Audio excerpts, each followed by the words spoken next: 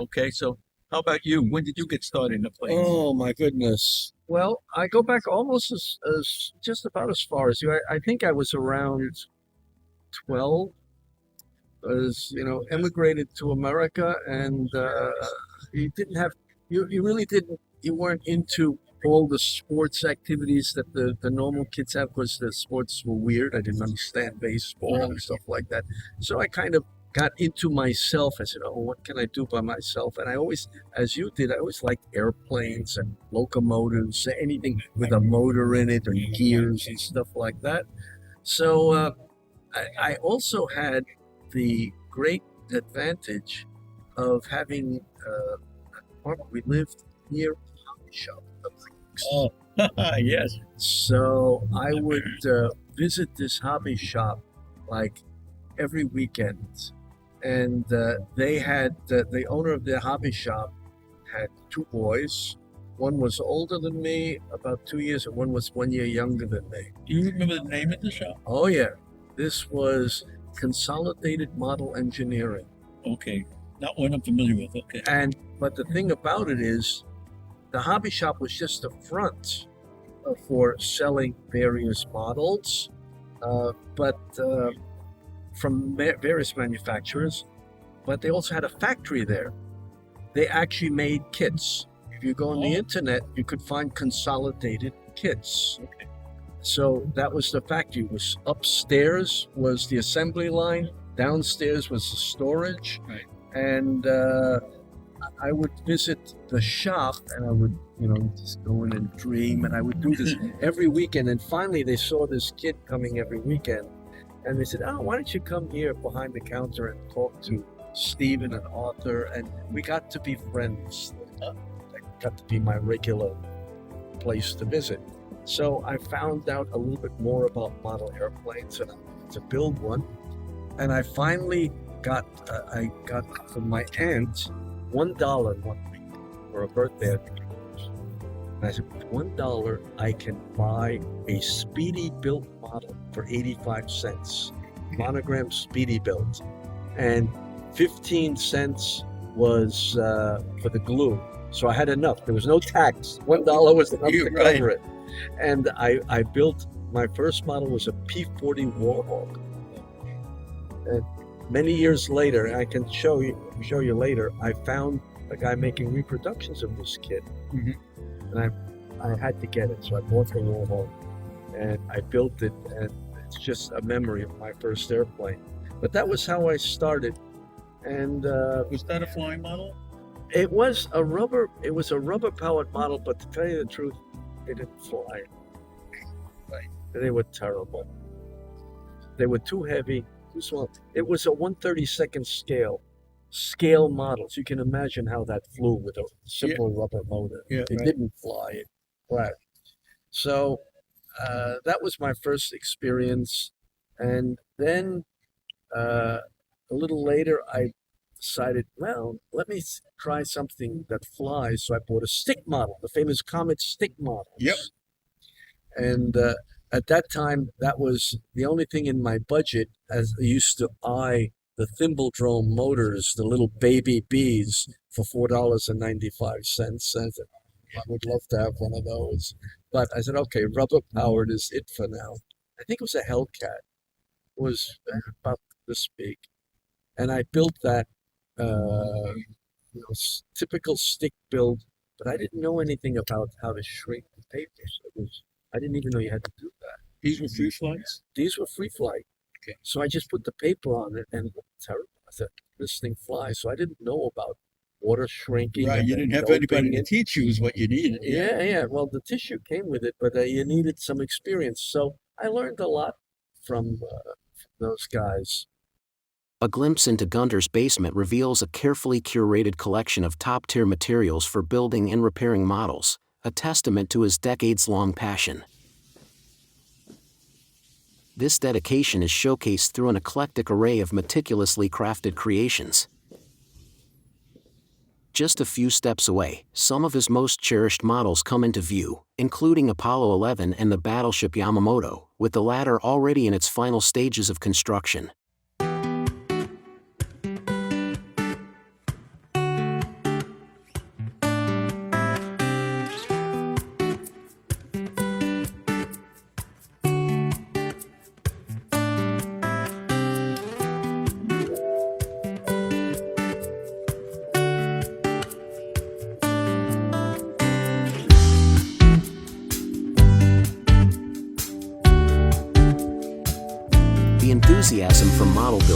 whether static or interactive, is undeniable.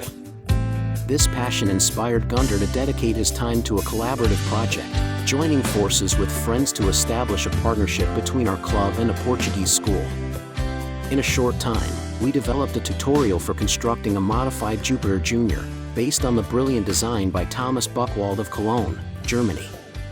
His original concept was so exceptional that we chose it as the foundation for a simplified version, making it more accessible with cost-effective materials. The outcome speaks for itself.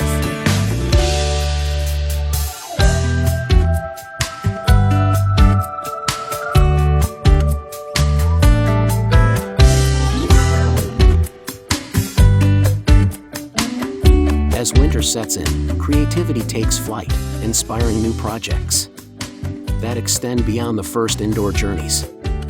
It's also a season of camaraderie and opportunity to assist friends devoted to free flying, ensuring their delicate airplanes, often caught in the ceiling structures, are safely retrieved.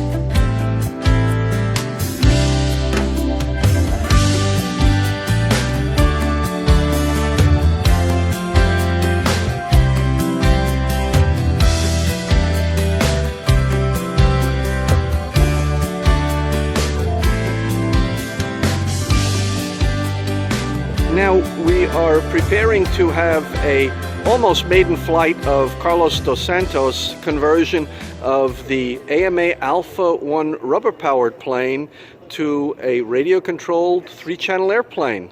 It's going to be flown right now by Tom, and we'll see how it goes. As you can see, it flies very well. It may be a little bit speedy at times, but it could still stand some trim adjustments. But for the most part, it's a great adaptation. And as an $8 airframe, what kind of better deal could you get? Of course, it requires a little bit of knowledge of some aerodynamics, but trial and error will get you there. So look at that. It's just absolutely perfect. Excellent. Now let's take a closer look. As you can see, we've got a lot of things sitting on top. He's got a, looks like a 7mm motor. The battery and the brick from another airplane is right behind the wing. It's really a great job. Congratulations. Have to coordinate properly. Okay. When I say I'll go 1, 2, 3, go. Okay. Go. 1, 2, 3, go. Wow. Hey, the plane. The plane. Watch out. Watch your head. That is perfect. 2, 3. Go. Wow. Hey, the plane, hey, whoa, hey, ah. Last winter, Ghunter arrived from Germany bearing 2 Micro Simbatas kits, whose exceptional quality gifted us countless hours of enjoyment. Yet, the skies have yet to grant us the perfect conditions for the maiden voyage. Still, we remain confident that, when that moment comes, the flight will be nothing short of delightful.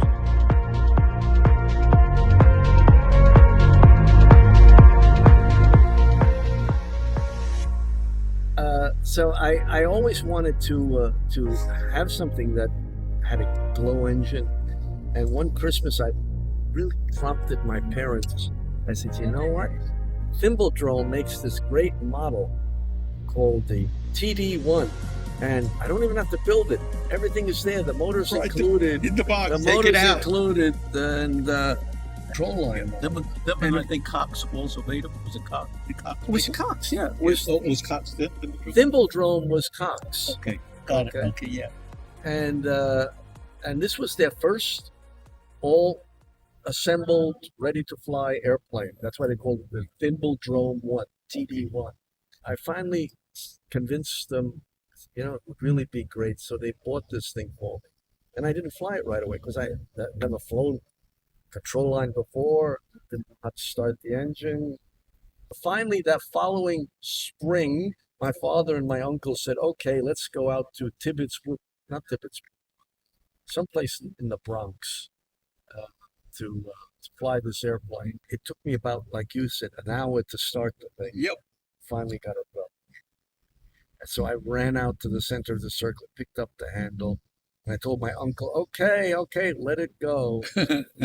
He let it go, and not knowing anything about control line, I thought you just had to stand there. Well, I stood there as the plane went up over my head, and it went down. And my father was jumping up and down, and he said, $25. Right. $25. And that's all we got out of it. So that was kind of the end of my control line experience. In our hobby, memories often take on different, nostalgic forms. This is a 1.78 meter Sportavia model. Ghunter explains. 2-channel, no throttle control with a Cox motor from 1978. This was one of the foundational elements that enabled the development and refinement of today's remarkably advanced radios. One of the first modern multi-channel proportional systems from Japan, sold by MRC in America. These were really very reliable radios. And the thing that's unique about these Futabas are these servos. These are linear. And the advantage of the linear, it just goes back and forth, is the movement is the same. That's the advantage of a linear servo. But they were too expensive to make, so nobody makes them anymore. This Heath kit was, I believe, 1975. They came out with something you made yourself. This was homemade, 5-channel. Now they based it on the system that you see there, the Kraft. The Kraft was kind of the Cadillac of the radio systems in the 70s. The quality of these two radios is the same, just that this one was about $150 cheaper because the Kraft was assembled, and this one you could build yourself. This indoor model represents the legendary Fokker Dr. I, the plane made famous by its pilot, Manfred von Richthofen, revered by the public as the Red Baron, that eventually came to define the aircraft itself. For Ghunter, this isn't just a model, it's his cherished showpiece.